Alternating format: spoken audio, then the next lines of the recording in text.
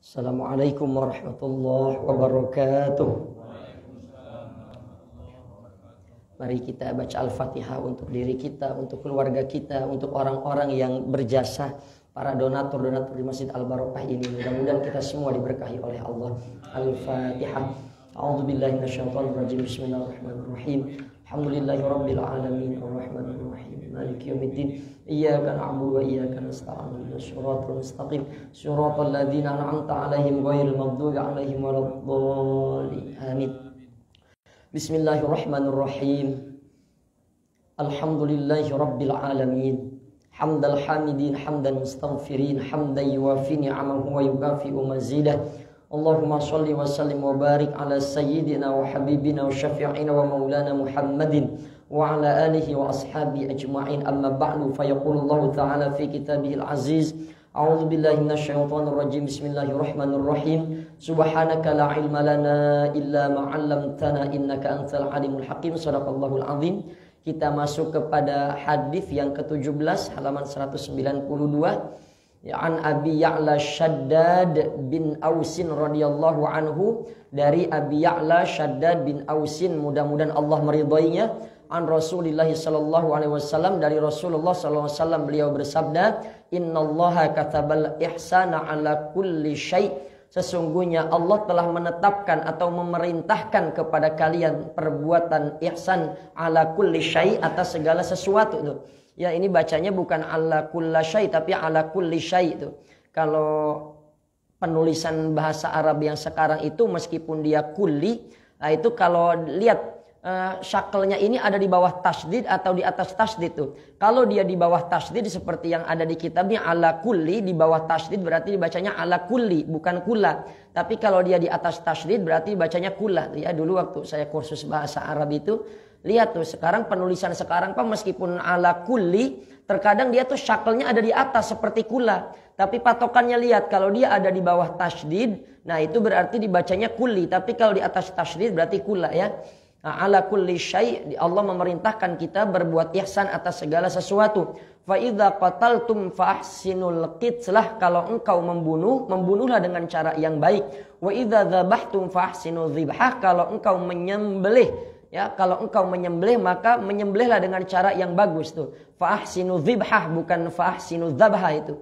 Karena syakelnya itu di bawah tasdid. Fa ahsinu dzibhah. Ya. Wal yuhidda ahadukum syafaratahu wal yurih dzabihatahu. Nah, hendaklah seseorang di antara kalian kalau kita mau menyembelih nih, nah itu hendaklah dia mengasah pisaunya dulu supaya tajam, supaya hewannya yang disembelih juga merasa senang ya. Ini lagi-lagi bicara akhlak Bapak Ibu ya. Bicara masalah akhlak ini, Al-Quran ini paling banyak. Akhlak bagaimana kita kepada Allah, akhlak kepada sesama manusia, dan akhlak kepada makhluk-makhluk Allah selain manusia. Kepada binatang, kepada tumbuhan, kepada makhluk-makhluk yang lainnya tuh. Makanya bagi saya tidak tepat juga kalau ada yang mengatakan alam ini sudah tidak ramah dengan kita. Bagi saya tuh tidak tepat. Justru kita lah yang sudah tidak ramah dengan alam ini, Pak. Alam ini sudah tidak ramah dengan kita. Justru kita yang tidak ramah dengan alam ini, Pak. Terjadinya banjir itu kan bukan disebabkan karena alam ini sudah tidak ramah dengan kita. Tapi karena kita yang tidak ramah dengan alam. Faktor banjir itu kan karena ada yang membuang sampah sembarangan. Tempat air justru dibangun dengan gedung-gedung dan lain sebagainya. Jadi bukan alam ini sudah tidak ramah dengan kita, tapi kita yang tidak ramah dengan alam. Ini bicara akhlak. Hadis ini nanti ada 42 hadis, itu rata-rata bicara akhlak. Ini dijelaskan di sini, ya, Allah memerintahkan kepada kita untuk berbuat ihsan atas segala sesuatu. Ya, ini ada pengertian hadisnya tuh di halaman 193. Allah menyertakan ayat innallaha ya'muru bil adli wal ihsan. Ini ayat yang biasa dibaca di khutbah kedua sama khatib nih. Innallaha ya'muru bil adli wal ihsan. Allah memerintahkan kepada kalian untuk berlaku adil dan berbuat ihsan. Kalau adil, ini orang berbuat jahat kita balas dengan kejahatan yang setimpal. Itu adil namanya tuh. Ya, adil itu ini dalam tafsir Ibnu Katsir tadi saya baca, adil itu kalau menurut Ibnu Abbas, adil itu artinya beriman kepada Allah, bertauhid kepada Allah. Tapi dijelaskan lagi dalam riwayat-riwayat yang lain, makna adil itu meletakkan sesuatu pada tempatnya tuh, itu adil namanya. Ya, seorang anak kita perintahkan, nak tolong taruh telur ini di pinggir meja. Dia taruh betul tuh telur itu di pinggir meja, itu adil namanya. Tapi kalau anak itu ihsan, nak tolong taruh telur ini di pinggir meja. Tapi dia berpikir perintahnya sih betul, nyimpen telur di pinggir meja. Tapi kalau pas disimpan di pinggir khawatir jatuh. Ditaruhnya ke tengah sedikit. Itu namanya ihsan tuh. Jadi kalau adil meletakkan sesuatu pada tempatnya. Tapi kalau ihsan itu perbuatan baik yang lebih baik dari yang seharusnya, Pak. Orang itu pelit, kita pelitin lagi, itu adil tuh.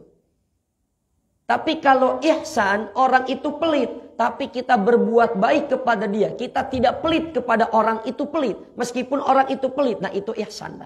Kita memaafkan kepada orang yang berbuat salah karena dia minta maaf kepada kita. Itu adil namanya. Tapi kalau ihsan, kita memaafkan orang itu sebelum orang itu minta maaf kepada kita. Atau sekalipun orang itu tidak minta maaf kepada kita. Nah itu namanya ihsan itu. Jadi ihsan ini nilainya lebih tinggi dia daripada adil. Makanya perintah berbakti kepada kedua orang tua itu wabil walidaini ihsana. Perlakukanlah orang tuamu ihsana dengan sebaik-baiknya. Bukan berbuat baiklah kepada orang tuamu dengan adil, tidak. Tapi perintahnya wabil walidaini ihsana, berbuat baiklah kepada orang tua dengan sebaik-baiknya. Nah, jadi kata Allah ini berbuat ihsanlah atas segala sesuatu. Nah, kemudian fa idza qataltum fa ahsinul qitlah, kalau kita membunuh, bunuhlah dengan cara yang baik tuh. Kalau kita menyembelih, menyembelihlah dengan cara yang baik tuh. Jadi kalau kita membunuh, ini misalnya dalam peperangan, Pak. Itu kalau membunuh dalam peperangan saja akhlaknya diatur tuh. Tidak boleh merusak pohon, tidak boleh membunuh anak kecil, tidak boleh membunuh wanita. Itu akhlak dalam perang saja oleh Nabi diatur tuh. Tidak boleh merusak tempat-tempat yang ada di sekitar. Nabi itu perang saja diatur ada akhlak itu dalam perang, Pak. Dan sekali lagi saya katakan, ketika umat Islam itu perang, bukan Islam itu radikal. Tapi umat Islam itu perang karena bela diri, karena diperangi. Karena diperangi maka ada perintah berjihad. Ada perintah untuk mempertahankan keyakinan. Diperangi, bukan perang itu bukan karena umat Islam menjajah. Tapi umat Islam itu perang karena berawal diperangi. Ya. Makanya haram tuh, ada musuh yang sudah meninggal dunia, kemudian dibunuh, dimutilasi. Ada musuh yang sudah meninggal, kemudian dimutilasi. Oh itu haram itu, Pak. Itu haram hukumnya. Atau ada musuh kita siksa dulu. Kita bakar dulu supaya lama-lama mati. Itu pun haram tuh. Bahkan dalam perang itu diatur. Usahakan yang diincar itu bagian lehernya. Bahkan dalam kisos saja. Ya orang yang terkena hukum kisos, kalau dia memang sampai harus dibunuh, itu kan yang dipancung itu lehernya. Kenapa tidak ditembak mati? Kenapa tidak disetrum? Menurut ahlinya, karena kematian yang paling ringan itu adalah ketika dipancung dengan lehernya. Bukan disetrum, bukan disuntik, bukan ditembak. Tapi yang paling ringan itu, kematian itu menurut ahlinya adalah dipancung lehernya. Jadi dalam perang saja diatur. Kemudian fa'idha qataltum fa'ahsinu, fa'idha dzabhtum fa'ahsinu dzibhah. Kalau engkau menyembelih hewan, itu sembelihlah dengan cara yang baik, Pak. Jika kalian menyembelih, berlaku baiklah dalam hal itu. Makanya ulama tuh, Pak, memakruhkan, bahkan ada yang mengharamkan, Pak, kalau kita mau menyembelih hewan, itu pisaunya kita asah di depan mata dia. Tuh, nggak boleh tuh. Kita mau nyembelih hewan nih, hewannya ada. Lalu kita asah pisaunya itu di depan mata dia, tuh di mata hewan itu nggak boleh itu. Karena apa kata ulama? Kita sudah membunuhnya 2 kali. Sebelum hewan ini sakit karena dibunuh, karena dipotong, dia sudah tersakiti duluan perasaannya karena lihat ya pisau itu udah disembelih. Makanya tuh ulama-ulama fikih ngajarin, kalau memang tempatnya memungkinkan itu dipisahkan, dan memang usahakan dipisahkan, Pak. Mana tempat penyimpanan hewan, mana tempat menyembelihnya. Itu kalau kita hewan kurban itu idealnya pisahin tuh, Pak. Jangan disatuin, jangan sampai hewan itu sudah melihat temannya yang dipotong tuh. kita mau motong, itu harus dibedakan tempat yang mana tempat motong, mana tempat nyimpen hewan itu. Jangan sampai temannya dipotong, itu dia ngeliatin temannya dari jauh tuh. Itu dia sudah tersiksa 2 kali tuh kata ulama-ulama fikih. Jadi dipisahkan. Makanya banyak sapi sebelum dipotong udah stres duluan. Ya karena dia melihat yang begitu tuh. Temannya udah dipotong duluan. Dia melihat temannya dipotong, ya berlumuran darah, dia juga stres juga. Karena hewan itu punya naluri yang disebut dengan hidayatul wijdan. Dia itu punya insting yang cukup tinggi, Pak. Nah, jadi kalau kita mau menyembelih hewan itu jangan ngasah pisaunya di depan hewan itu. Jangan juga kita memotong hewan itu di depan temannya yang belum dipotong. Itu sudah menyakitinya sebanyak 2 kali itu ya. Ya. Nah, jadi hewan itu pun memang harus kita muliakan, Pak. Hewan ini harus kita muliakan karena dia makhluk Allah, Pak. Ya. Itu saya sering mengulangi cerita ini, Pak. Seorang pelacur yang banyak noda dan dosa. Hanya karena dia melihat seekor anjing yang kehausan, dia kasih minum anjing itu dengan air dari sumur. Allah ampuni noda dan dosa pelacur ini. Maknanya bukan berarti kita jadi pelacur, bukan. Bukan maknanya kita harus miara anjing, bukan. Maknanya apa? Karena si perempuan ini tidak merasa lebih baik daripada binatang meskipun itu anjing yang najisnya mughalladhah. Kita kalau nabrak kucing biasa kan kita kuburin, Pak. Padahal kalau kita di jalanan kita nabrak anjing, dia juga sama harus kita kuburin. Karena dia juga makhluk Allah, Pak. Yang boleh dibunuh itu kalbul akur. Kalbul akur itu anjing yang buas. Tapi kalau anjing yang gak buas, ya tetangga kita yang non muslim pelihara anjing itu haram kita bunuh tuh. Yang boleh dibunuh itu al-kalbul akur. Anjing yang buas, yang berbahaya buat kita, itu yang boleh kita bunuh tuh. Ya. Ya. Makanya kata Syekh Ali Baros mengatakan begini. Kata Syekh Ali Baros mengatakan, siapa orang yang bangun sebelum subuh, dia menunaikan sholat malam, disambung dengan sholat sunnah fajar, disambung dengan sholat fardu subuh. Habis sholat subuh dia zikir lagi, dia wirid lagi, sampai datang waktu syuruk. Datang waktu syuruk, ya tidak lama dia sholat duha, atau dia sholat sunnah syuruk ya. Tetapi ketika orang ini merasa lebih baik daripada orang lain, hancurlah semua amal ibadah yang tadi dia lakukan. Yang berkata ulama, Pak, Syekh Ali Baros. Ya. Kata Syekh Ali Baros, siapa orang yang bangun tengah malam, dia zikir, dia wirid, dia sambung dengan sholat sunnah, dia sambung dengan sholat fardu subuh, dia sambung dengan zikir lagi, dia sambung lagi dengan sholat sunnah duha dan seterusnya.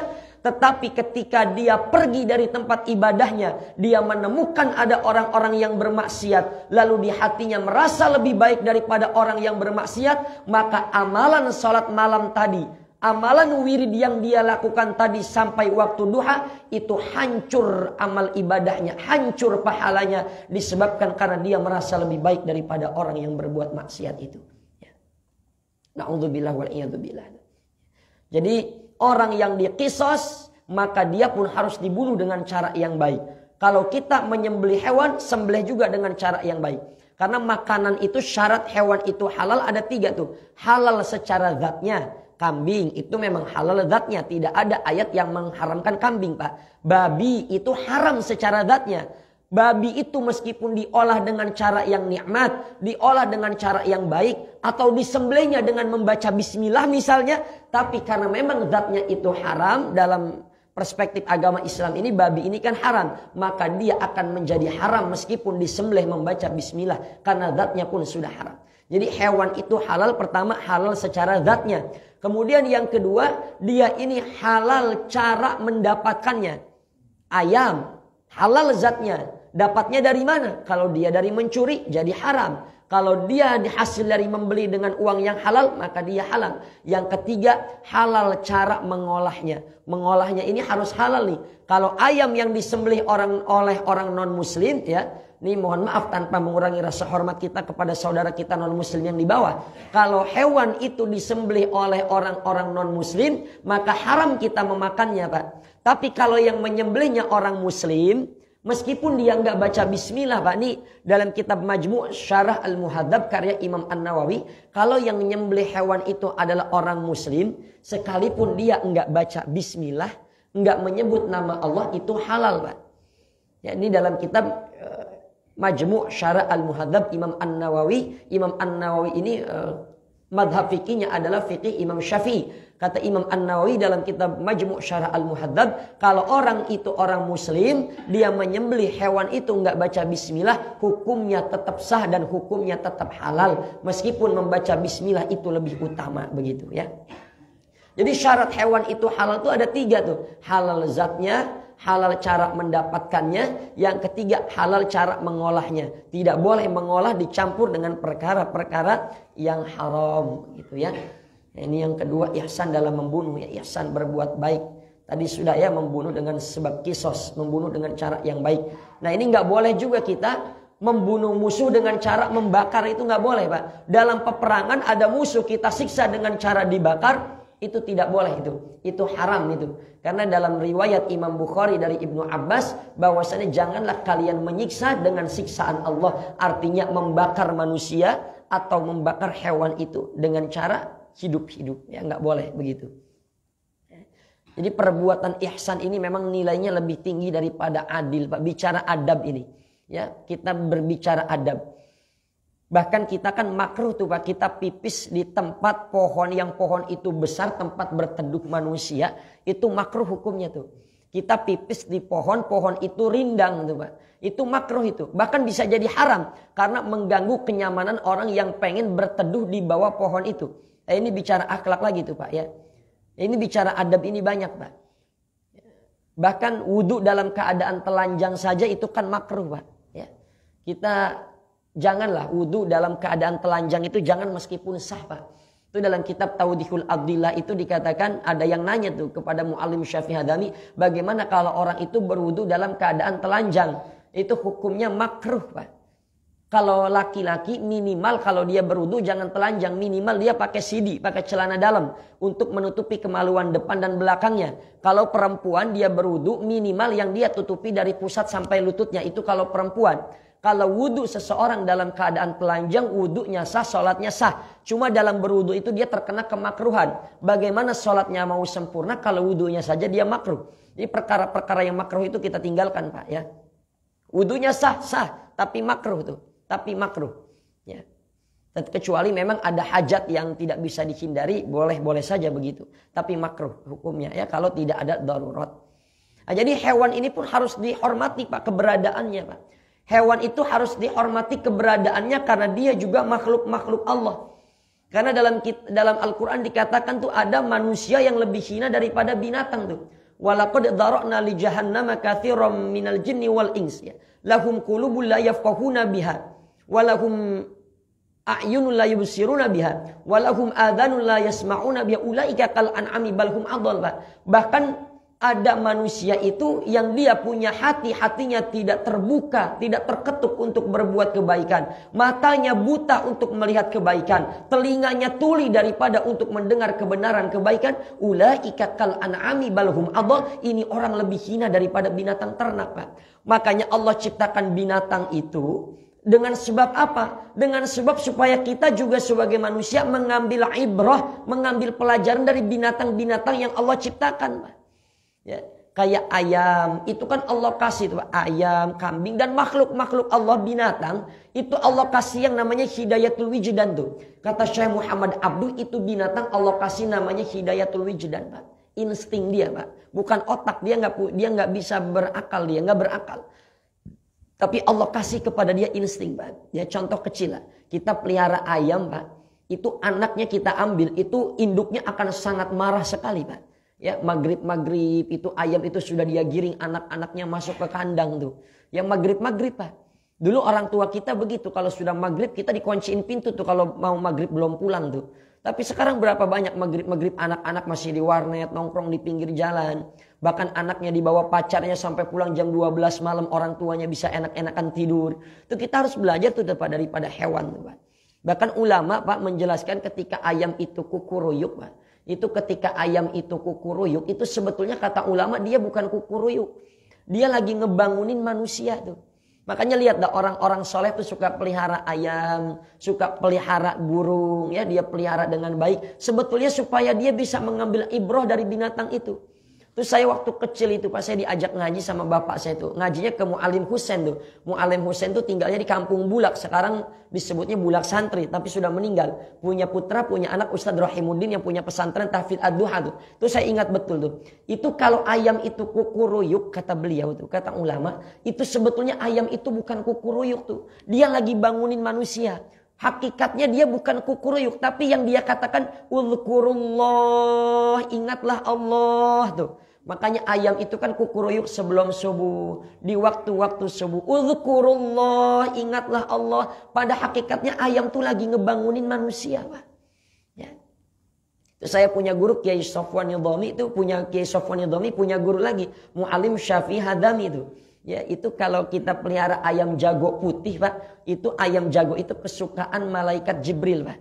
Jadi saya punya guru Kiai Sofwan Nidhami, Kiai Sofwan Nidhami nanya lagi ke Mu'alim Syafi'i Hadami, beliau nanya, beliau bilang begini, Mu'alim kata beliau, itu hadis bukan yang bunyinya begini, ya, ittakhidu addikal abyad fa inna daron fiha dikun abyad la yaqrubu syaitan wala sahir. Ini hadis bukan? Kata Mu'alim Syafi'i Hadami, kata guru, ya itu hadis. Apa artinya tuh Pak? Ya, ittakhidul addikal abyad, Pak, piara ayam jago putih, Pak. Piara ayam jago putih, Pak. Fa inna daron fi hadikun abyad la yaqrabu syaitan. Siapa orang yang pelihara ayam jago putih, Pak, itu dijauhi dari gangguan syaitan dan dijaga dari sihirnya tuh. Dijaga dari sihir. Jadi kalau kata beliau, kalau ada kita yang bermasalah takut disantet, takut sihir ya, itu pelihara ayam jago putih. Kenapa yang dipelihara ayam jago putih itu? Kenapa? Adikul abyad habibi wa habibu habibi. Karena ayam jago putih itu kesayanganku, kata Rasulullah, dan kesayangannya kekasihku itu malaikat Jibril tuh. Ya beliau banyak, ya guru kami banyak berteman dengan orang-orang yang bekerja di parpol, di DPR, orang-orang penting semua lah. Jadi kalau yang berurusan dengan santet, sihir itu beliau anjurkan pelihara ayam jago putih. Kalau ini ada dalilnya Pak ya. Jangan ikutin gus-gus yang ngaku ustadz begitu ya. Itu dukun itu namanya. Ya itu dukun gitu ya. Sampai sini aja dulu deh. Sebetulnya pembahasannya banyak nih. Sudah saya siapkan. Tapi waktunya udah mau jam 1. Barangkali ada tanya jawab, saya persilahkan. Ya. Kalau nggak ada baru kita lanjut lagi. Assalamualaikum warahmatullahi wabarakatuh. Iya. Syekh Ali Baros, iya.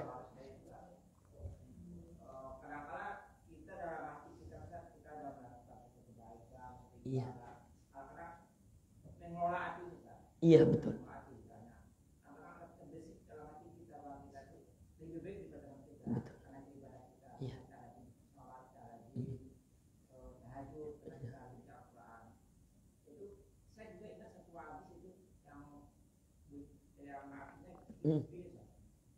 Ada orang yang iya. Dia dapat nikmat di dunia, nama baik dan ruangan. Betul. Karena nikmat Allah itu Allah mengatakan nanti kamu dapat di dunia. Iya, betul. Sebagai imbalannya. Iya. Ada orang rajin berderma kan, dia katakan derma itu nanti Allah mengatakan derma kamu itu sebagai kamu telah terkenal di dunia. Itu gimana mengolah hati Ustaz? Karena itu sangat berhubungan dengan ibadah kita nanti akhirat itu nilainya nol. Iya, betul, baik. Ini jawabannya agak panjang Pak, sampai jam 1 nggak apa-apa ya. Memang itu ada riwayat yang begitu Pak. Jadi ketika ada orang ini Pak, ada orang menunaikan ikut peperangan. Ketika itu dalam riwayat saya pernah baca, kalau saya tidak keliru ya, dalam kitab Durratun Nasihin. Meskipun kalau kita yang baru belajar nih ya, kitab-kitab Durratun Nasihin kita hindari Pak, karena banyak hadis palsu. Bukan dhaif lagi, hadis palsu. Dulu waktu saya belajar itu kata guru saya, hindari dulu kitab Durratun Nasihin. Saya nggak tahu kenapa disuruh hindari. Ternyata setelah saya belajar ilmu hadis, karena banyak hadis-hadis palsu. Nah, itu dijelaskan memang dalam beberapa riwayat, ada orang, ya Allah, mana pahala perang jihad fisabilillah saya? Kata Allah, enggak, engkau itu berperang jihad fisabilillah bukan karena aku, kata Allah. Karena engkau ini karena ingin dipuji sebagai pemberani. Engkau sudah dapat itu pujian itu di dunia, hangus pahalanya. Yang kedua, ya Allah, mana pahala dermawan saya? Karena aku ini sudah berderma, kata Allah, enggak, engkau ini menyedekahkan hartamu bukan karena engkau ingin mendapatkan ridhoku, tetapi karena engkau ingin dibilang sebagai dermawan, maka sudah dapat pujian itu di dunia. Sama dikatakan juga kepada orang alim, ya Allah, saya sudah baca Al-Quran dengan baik, saya sudah mengajar dengan baik. Kata Allah, enggak.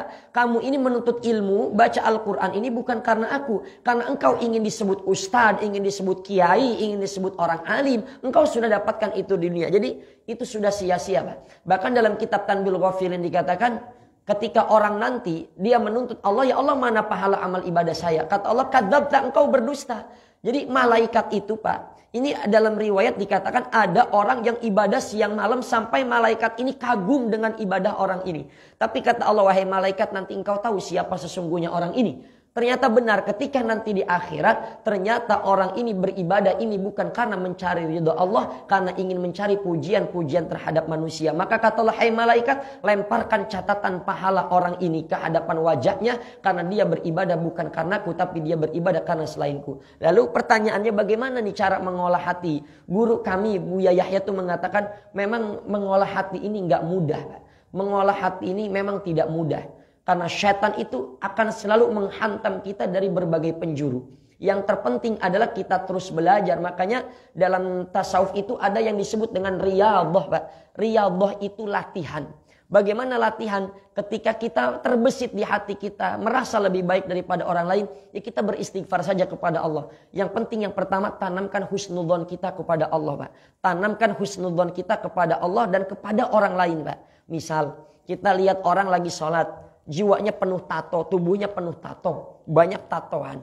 Ya barangkali memang dia baru mampu beribadah dengan cara yang seperti itu, Pak. Dengan pakaian yang seadanya, dengan ya baju yang kotor. Barangkali memang tahapannya baru sampai di situ.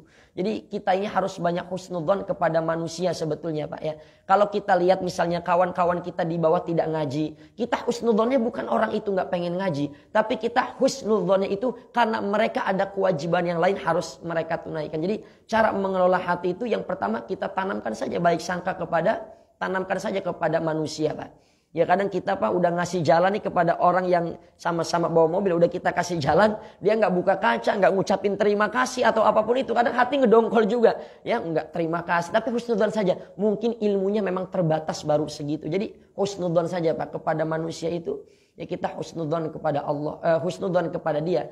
Yang kedua, cara mengolah hati itu kita minta dibimbing sebetulnya. Karena kata Imam Al-Ghazali ini, sebetulnya lawan kita ini adalah syaitan, Pak. Ada 4 nih yang membuat manusia bisa tergelincir. Salah satunya adalah syaitan dalam kitab Minhajul Abidin. Bagaimana caranya? Kita minta pertolongan kepada Allah, Pak.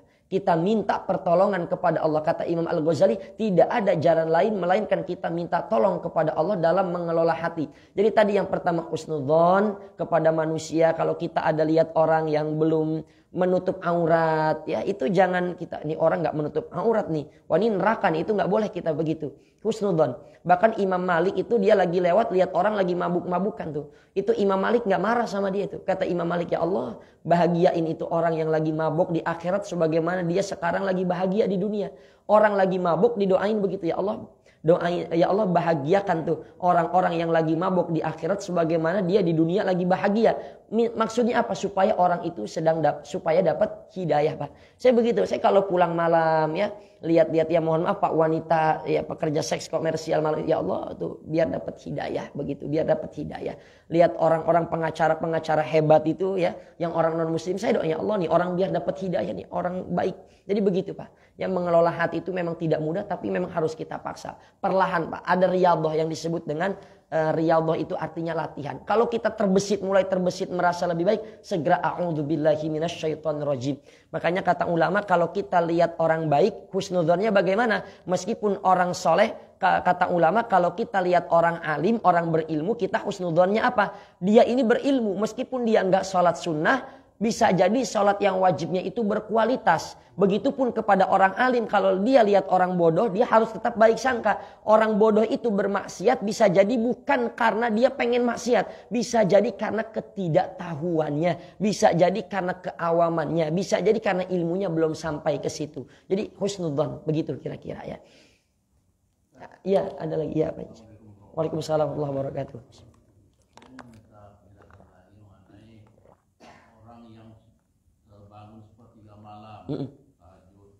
Terus sampai subuh, iya.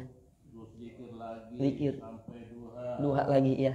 Tapi Iya, dia betul. merasa lebih baik. Iya, betul. Tapi maksud saya, apakah dalam hal ini kalau dia melihat orang yang tidak baik, setelah dia sholat subuh segala macam tadi itu, kerjaannya tidak baik, tapi dia amal ma'ruf nahi Iya, munkar, baik. apakah itu termasuk dengan sia-sia? Iya, ibadah? baik, baik. Terima kasih, Ustaz. Ya, baik. Kalau amar ma'ruf nahi mungkar ini memang ini harus kita jalani, Pak. Wal takum minkum ummatu yad'una ilal khairi wa ya'muruna bil ma'ruf wa yanhauna 'anil munkar wa ulaika muflihun. Ini negara kita ini, umat Islam ini bisa mengalami kemunduran, faktornya kata ulama salah satunya amar ma'rufnya berjalan, nahi mungkarnya enggak nih, Pak. Amar ma'ruf, kalau kita kan ngajak orang sholat, saya pengajian, ini amar ma'ruf, Pak. Kalau nahi mungkar memang agak berat, Pak. Ya, berapa banyak habaib-habaib ditahan itu kan karena nahi mungkar, Pak. Kalau orang amar ma'ruf, nah itu mudah-mudah saja, yuk kita sholat, ya orang paling iya dah nanti nyusul. Tapi nahi mungkar, orang yang mau korupsi dihalangi, ya pemerintah yang zalim dikritisi, itu nahi mungkar itu memang lebih berat itu nahi